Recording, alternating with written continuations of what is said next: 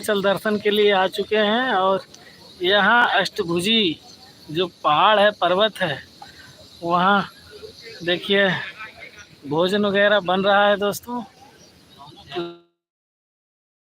दृश्य है, दर्शन करके आ चुके हैं विंध्याचल। पहले आए जौनपुर चौकिया माँ शीतला धाम, उसके बाद आए क्या बोलते हैं विंध्याचल। विंध्याचल में दर्शन किए माता जी का, विंध्यवासिनी। और उसके बाद हम लोग इस पहाड़ पे आ चुके हैं विंध्याचल माँ अष्टभुजी के दर्शन के लिए, जो कि माँ अष्टभुजी के दर्शन हम लोग कर चुके हैं ना प्रिंस बाबू।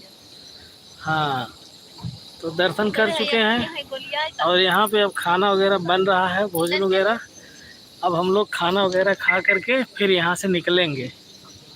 और देखिए दोस्तों, यहाँ दूर दराज से जो भी श्रद्धालुगण आए हुए हैं, अभी हम आपको दिखाने का काम करते हैं कि बहुत दूर दूर से आए हैं। आप उस बैग में देखिए, ये देखिए तमाम गाड़ियाँ आई है बैग की ओर से। ये देखिए सब इधर जो कि सभी लोग दर्शन कर रहे हैं, दर्शन करके आ चुके हैं।